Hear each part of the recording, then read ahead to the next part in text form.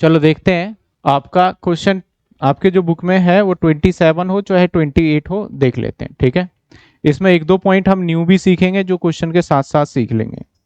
सबसे पहले काम है एडजस्टमेंट क्या दे रखा है, इस एडजस्टमेंट से हमें कोई लेना ही देना नहीं है। अभी एडमिशन में क्या करते थे, पहले हमें एडजस्टमेंट पढ़ते थे और फिर हम करते थे, लेकिन इस वाले चैप्टर के अंदर क्या करेंगे, पहले हम बैलेंस शीट के इंफॉर्मेशन को यूज करेंगे, बाद में एडजस्टमेंट पढ़ेंगे, ठीक है ना। तो बैलेंस शीट के इंफॉर्मेशन में कैश वाली साइड में जाते हैं, तो हम टू साइड में लिखेंगे टू सन्ड्री एसेट्स, और सबसे पहले क्या दे रखा है हमें, लैंड, और लैंड कितने का है हमारा 81,000, सारे के सारे एसेट्स यहां लिख देंगे। इसके बाद क्या है हमारा स्टॉक 56,760। इसके बाद देखोगे क्या है डेटर, अब डेटर पे एक पॉइंट मैं बताऊंगा अभी, डेटर है हमारा 18,600। इसके बाद अगर हम देखें तो लिखा हुआ है हमारा कैपिटल, अब देखो यहाँ कैपिटल डेबिट में है, तो डेबिट में कैपिटल का मतलब इसको अब यहां लिखना है to balance BD, to balance BD. Asset side का मतलब डेबिट में है, कितने आ जाएंगे 23,000, समझे। तो आपका कैपिटल डेबिट में भी देखने को मिल सकता है, ऐसा नहीं कि सिर्फ क्रेडिट में ही रहेगा।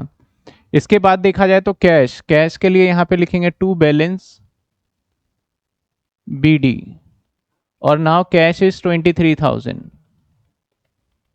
एसेट साइड मैंने कंप्लीट कर दिया, किसी को कोई डाउट। अब लाइबिलिटी साइड आ जाओ। अब एक चीज मैं नोटिस करना, मैं यहाँ पे ना इस डेटर को, जो डेटर लिखा हुआ है ना 18,600, मैं इस डेटर को ऐसे भी दिखा सकता था, लेस पी एफ डी 1,200। हाँ अच्छा, 10,840 है, 10,840, ठीक है ना।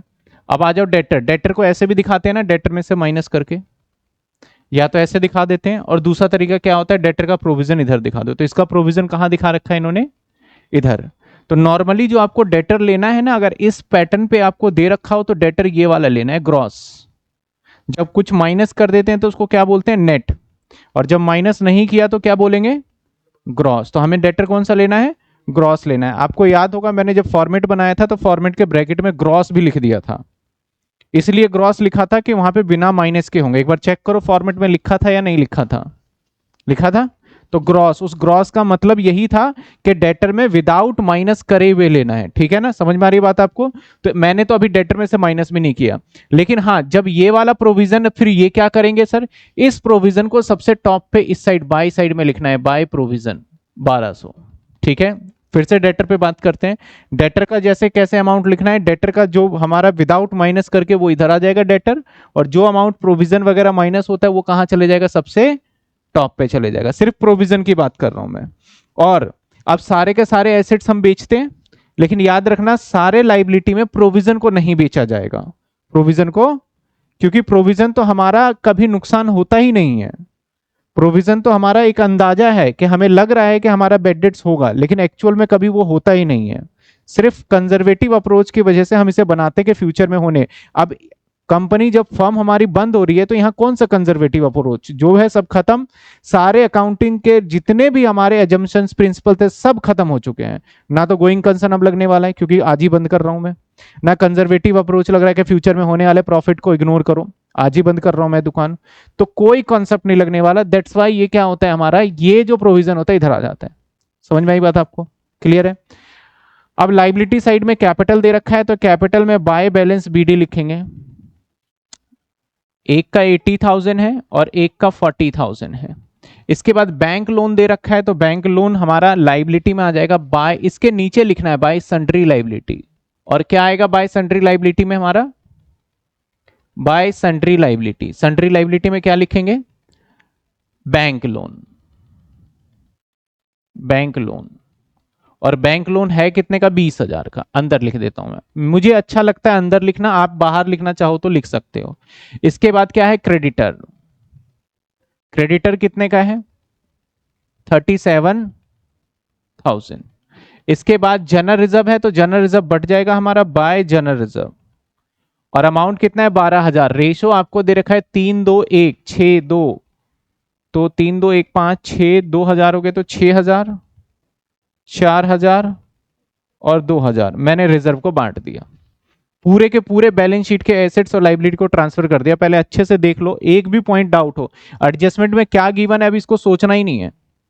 पहला काम क्या है हमारे, सारे के सारे बैलेंस शीट के अंदर जो इन्फॉर्मेशन उसको जहां जहां जाएगा वहां पहुंचा देना। तो मैंने उस चीज को यहाँ पे पूरा का पूरा लिख दिया है। बताइए किसी को कोई डाउट है तो। क्लियर है ये?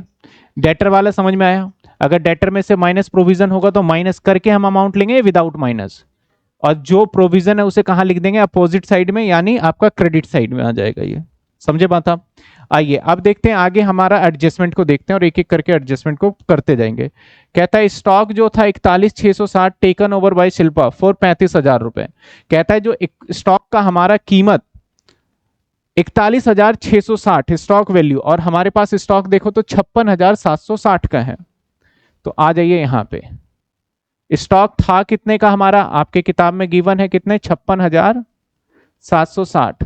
उसमें से एस ने बोला कि मैं स्टॉक को ले जाऊंगी कितने कीमत का, 41,000 कितने का, 41,660। इसने बोला कि जो 41,660 का है इस स्टॉक को मैं लेके चले जाऊंगी कितने का, 35,000 का। अभी भी मेरे पास कुछ स्टॉक बचा है क्या, बैलेंस बचा है क्या?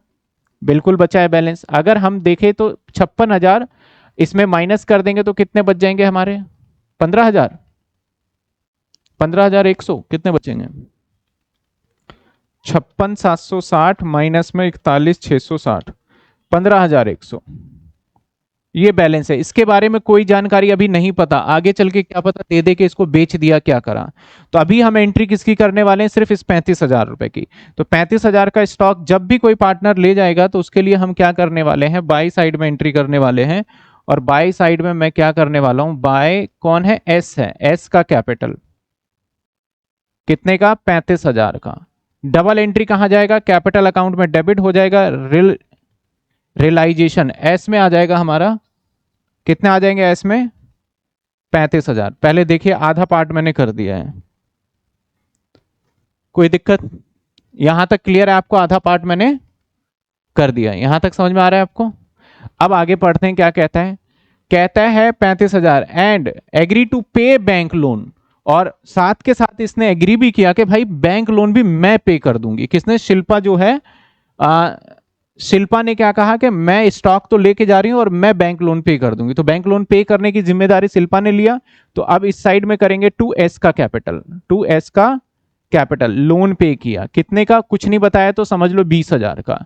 जब शिल्पा ने पेमेंट किया है तो उससे उसका कैपिटल बढ़ जाएगा और रियलाइजेशन आ जाएगा और शिल्पा में आ जाएगा 20,000 रुपए। मैं ब्रैकेट में लोन लिख रहा हूं और यहां पे ब्रैकेट में मैं लिख रहा हूं क्या, स्टॉक लेके गया, ताकि आपको पता चले किसकी एंट्री है।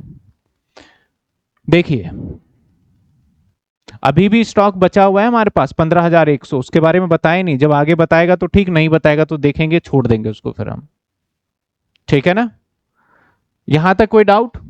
स्टॉक बताया, स्टॉक का एक हिस्सा शिल्पा लेके चली गई और एक बैंक लोन पे कर दिया। जब कभी भी कोई भी पार्टनर को एसेट्स लेके जाएगा तो ऐसे सिचुएशन में उसका कैपिटल डेबिट हो जाएगा और रियलाइजेशन में क्रेडिट में आएगा। अगर कोई लाइबिलिटी पेमेंट करता है तो उस सिचुएशन में उसका कैपिटल क्या हो जाएगा, बढ़ जाएगा, क्रेडिट, और लाइबिलिटी का पेमेंट, देखो एसेट्स का पेमेंट का प्रोसेस इधर ही है और लाइबिलिटी का पेमेंट का प्रोसेस इधर है, सिंपल सा लॉजिक है। अब कोई पार्टनर कर रहा है तो एसेट्स के केस में उसके कैपिटल को डेबिट करो और लाइबिलिटी के केस में उसके कैपिटल को क्या करो, क्रेडिट कर दो। समझिए बात, सिंपल सा लॉजिक लेके चलना है। आगे क्या कहता है, रिमेनिंग स्टॉक जो है, मेरे पास कम विजुअल हो रहा हूं, आपके पास किताब है देख लीजिएगा। रिमेनिंग स्टॉक जो है 14,000 का बेच दिया, रिमेनिंग स्टॉक वॉज सोल्ड, 14,000 का बेच दिया। तो अगर मैं रिमेनिंग स्टॉक की बात करूं तो जो रिमेनिंग स्टॉक है उसको बेचा है हमने, बनाया कैश अकाउंट है, तो दैट्स वाई मैं कैश में ही बेचूंगा। तो स्टॉक हमारा सोल्ड हो गया, कितने का बिक गया, 14,000 का। यानी ये जो रिमेनिंग स्टॉक था बचा हुआ, इसको 14,000 में बेच दिया।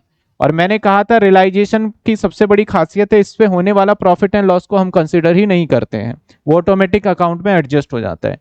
दूसरी एंट्री कहां जाएगी इसकी, बैंक में, लेकिन बैंक अकाउंट में मैं एक साथ करूंगा, टोटल करके इकट्ठा अमाउंट दिखाऊंगा। ठीक है, डबल एंट्री करते हैं ना हर किसी का। तो ये वाला भी एक, तो आपको अगर कोई एसेट्स बेचते हो तो जनरल एंट्री क्या करते थे, bank account debit to realisation account, यही करा था। तो मैंने यहाँ पे तो लिख दिया। दूसरी एंट्री कहाँ जानी है हमारी, बैंक में। तो बैंक में मैं एक एक करके ना लिख के, मैंने कैश में एक एक करके ना लिख के मैं सारा सारा सारा लिख दूंगा और एक साथ टोटल करके एक ही बार में डाल दूंगा मैं डेबिट साइड में, ताकि हमारा काम थोड़ा सा आसान हो जाए। ठीक है, 2 मिनट। इसके बाद अगला देखते हैं हम, द एंड डेटर 10,000 रुपए का जो डेटर था रिलाइज हो गया 8,000 में। रिलाइज का मतलब होता है मार्केट में बिक गया। तो डेटर कितने का बिका हमारा, 8,000 रुपए का, एक साथ ही ले जाएंगे। आगे देखा जाए तो क्या कहता है, लैंड को बेच दिया 1,10,000, तो लैंड भी यहीं पे लिखो 1,10,000। इसके बाद क्या कहता है, द रिमेनिंग डेटर रिलाइज। तो भैया हमारे पास डेटर कितने का था, डेटर देखा जाए तो 18,600 का था, जिसमें से 10,000 का हो गया तो 8,600 बचे ना। तो कहता है 8,600 का जो डेटर था वो 50% पे बिक गया। तो 86, पहले देखो समझो डेटर को, डेटर कितने का था 18,600, जिसमें से 10,000 का डेटर क्या कहता है 8 का बिक गया। कोई बात नहीं भाई, तो अभी भी डेटर कितना बटा 8600, बोलता है इसको भी बेच दो जाके, 50% पे बिकेगा ये। तो कितने का बिका, 50% पे देखा जाए तो 4,300 का ये बिक गया। तो 4,300 का बिकेगा, तो यहाँ पे फिर से डेटर आ जाएगा 4,300। कोई लेके तो नहीं गया, बस ये चेक कर लेंगे, नहीं लेके गया। 50% realisation the amount and cost of realisation amount 1,200 रुपए, कहता है बुक वैल्यू एंड 1,200 रुपए हमारा रियलाइजेशन का भी खर्चा आया। तो इसमें से और माइनस कर दो एक्सपेंस, नहीं एक्सपेंस को इधर दिखाएंगे, कॉस्ट ऑफ रियलाइजेशन है। पहले यहां तक देखो, कोई डाउट है यहां तक? आगे क्या कहता है कंटिन्यू में, रियलाइजेशन का अमाउंट आया हमारा 1,200। तो जब भी रियलाइजेशन का कोई खर्चा आएगा तो वो कैश लिखोगे, इसमें लिखोगे रियलाइजेशन एक्सपेंस। मैंने बताया था वकील का खर्चा, सीए का खर्चा, उन सभी को रियलाइजेशन एक्सपेंस या डिसोल्यूशन एक्सपेंस में लिखते हैं। There was the typewriter recorded but books worth 6,000 taken over one of the creditor this value. तो हमारा एक 6,000 रुपए का एक टाइपराइटर था जो नहीं मिला, उसको क्रेडिटर ने बोला मैं इस वैल्यू पे इसको लेके जाऊंगी। तो हमारा क्रेडिटर देखा जाए तो कितने का, भैया क्रेडिटर 37,000 का था। तो 37,000 में से 6,000 का सेटल हो गया, तो बाकी क्रेडिटर तो पे करोगे ना आप। कितने का पे करोगे आप, 31,000 रुपए का क्या करोगे, क्रेडिटर पे करोगे। देख लो एक बार, क्रेडिटर समझ में आए नहीं, realisation partners capital and etcetera, ये सारी चीजें बनानी है। मैं अभी आगे टोटलिंग तब तक नहीं करूंगा जब तक एक बार फिर से आप टैली कर लो कि कौन सी एंट्री मैंने कैसे किया। नहीं समझ में आया मेरे से फिर से पूछ लो। हाँ जी बताइए, कोई डाउट? क्लियर है? डेटर वाला समझ में आ गया। इसके बाद एक अनरिकॉर्डेड लाइबिलिटी था, वो वाला समझ में आ गया। ठीक है, एसेट्स वाला समझ में आ गया, जो भी था हमारा ये क्लियर। अब टोटलिंग का प्रोसेस देखना, बड़े ध्यान से देखना, टोटल भी कई बार बच्चे गलती करते हैं। अब टोटलिंग में मैंने क्या देखा, सबसे पहले तो मैं एसेट्स और लाइबिलिटी जो पेमेंट किया उसका करूंगा। तो ये हो जाएगा हमारा 32,200 पैसा देना है ये। तो इसको मैं रियलाइजेशन में बाय कैश अकाउंट में बाय साइड में लिखूंगा रियलाइजेशन, और सन्ड्री लाइबिलिटी एसएल लिख रहा हूं सीधा 32,200। सीधा क्या लिखा मैंने, 32,200। समझे बात? ऐसे ही एसेट्स का टोटल करूंगा मैं। अगर मैं एसेट्स का टोटल करता हूं तो कितने होते हैं एसेट्स का टोटल, 14,000, 8,000, 11,000, 4300, ये आ गया 37,300। और 37,300 एसेट्स में आ जाएगा to sundry assets, to realisation, और ये आ गया सन्ड्री एसेट्स 37,300। आप एक बार देख लीजिए बड़े अच्छे से। 1,10 है ये, अच्छा 14, 8, 4300, 1,36,300 आ रहा है, 1,36,300, 1,36। बताइए पहले देख लो टोटल कैसे गया। बहुत बच्चे पता है क्या लास्ट में कहते हैं कि सब कुछ तो आ गया, बस कहां कहां कौन सा अमाउंट जा रहा है पता ही नहीं चल रहा। इसका टोटल वो तो कर लेंगे बाद में, अभी कर लेंगे। पहले देखो क्या करना है, सारा एडजस्टमेंट खत्म हुआ। तो मैंने क्या करा, जितने भी एसेट्स को बेचे हैं उस एसेट्स को मैंने अभी बैंक या कैश में नहीं ट्रांसफर किया, और जितने भी लाइबिलिटी मैंने पे किया है उसको बैंक या कैश में ट्रांसफर नहीं किया है। तो जब मैंने लाइबिलिटी का टोटल कर लिया, ये क्या है, ये लाइबिलिटी पेमेंट का टोटल है। तो पेमेंट करोगे तो बैंक क्या, कैश या बैंक क्या होगा, घटेगा बढ़ेगा। तो इसलिए देखो इसका टोटल मैंने क्रेडिट में लिखा है। और ऐसे ही एसेट्स बेच के पैसा आया है, जिससे कैश का टोटल क्या होगा, बढ़ेगा। तो बढ़ेगा तो डेबिट जाना चाहिए, इसलिए मैंने इसका टोटल डेबिट में लिख दिया, सन्ड्री एसेट्स ब्रैकेट में मैंने लिख दिया। समझ में आई बात आपको? अब जाके रियलाइजेशन का हम टोटल कर लेते हैं, इसका टोटल और फाइनली जो भी प्रॉफिट लॉस होगा उसको किस रेशियो में बांट देंगे, ओल्ड रेशियो के अंदर हम बांट देंगे, क्योंकि यहाँ पे एक ही रेशियो रहता है। तो 81,000, 56,760 और 18,600, ये आ गया 156,360, ये 20 और 57। अब देखते हैं कौन सा साइड ज्यादा है, तो मैं देख पा रहा हूं कि यही साइड मुझे ज्यादा लग रहा है। प्लस 20,000 प्लस 32,200, ये आ गया 208,560, 208,560 माइनस करते हैं 1200, माइनस 57,000, माइनस 35,000, माइनस 136,300, तो ये आ गया 20,000। अरे इधर आ रहा है टोटल प्रॉफिट आ रहा है, चेक करो बुक में क्या है, प्रॉफिट है 20,940 है ना, प्रॉफिट क्या आ गया 20,940। अब मुझे टोटल नीचे का हटाना पड़ेगा, इधर का टोटल ज्यादा है, यही लिखना पड़ेगा। यह है 229। अब इस प्रॉफिट को बांटेंगे किस किस में, 3 पार्टनर है, एस है, एम है और कौन है, एन है। रेशो है 6, एक का आ जाएगा 10,470, 3, 2, 1, एक आ जाएगा 6,980 और एक आ जाएगा 3,490। ये प्रॉफिट पार्टनर्स कैपिटल में चला जाएगा बाय रियलाइजेशन, ब्रैकेट में लिखो प्रॉफिट कितने कितने चला जाएगा, 10,470, इसके बाद कितने आ जाएगा 6,980, इसके बाद क्या आ जाएगा 34,90। देखो ट्रांसफर फिर से देखो, यहां से मैंने सारी चीजों को इंफॉर्मेशन, यहां से जो प्रॉफिट आएगा पार्टनर्स कैपिटल में कहां चले गया, बाय में। लॉस होता तो कहां जाता, 2 में। ठीक है, अब इस अकाउंट को जब भी टोटल करेंगे तो यहां से जो भी डिफरेंस निकलेगा उस डिफरेंस को पता है किससे मैच करना है, कैश अकाउंट से। अब यहां बैलेंस सीडी नहीं आएगा, पहले जैसे पार्टनर्स कैपिटल में क्या निकालते थे, बैलेंस सीडी, अब बैलेंस सीडी नहीं आएगा, किससे मैच करेंगे, कैश से। तो कैश से देखते हैं, सबसे पहले देखा जाए तो इसका टोटल तो इधर का ज्यादा है, 80, 6,000, 20,000, 10,470, तो ये आ गया 116,470 और ये भी आ गया 116,470।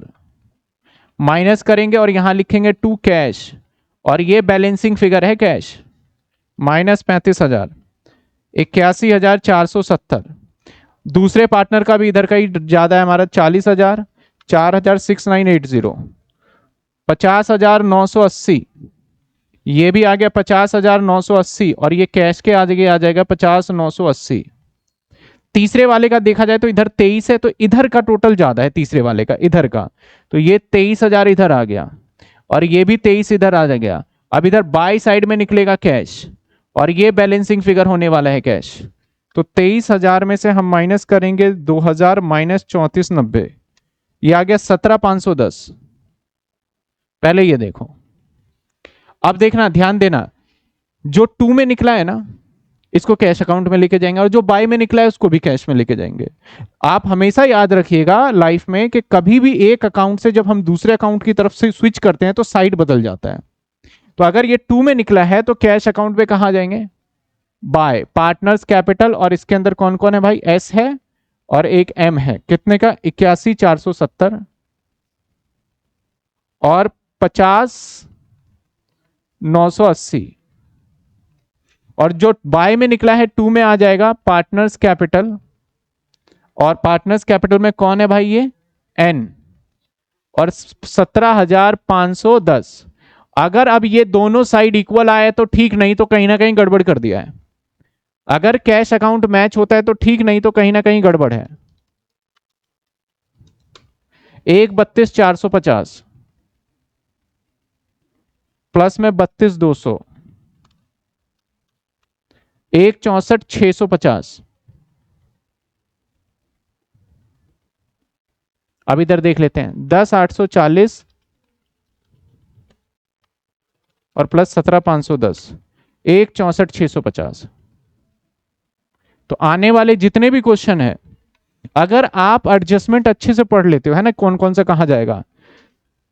एक कॉन्सेप्ट बाकी है, पार्टनर्स का लोन, बाकी सारे क्वेश्चन हो सकते हैं आपके इसके, जर्नल एंट्री के भी सारे हो सकते हैं, लेकिन फिर भी मैं जर्नल एंट्री को अलग से बता दूंगा। समझ रहे हो बात?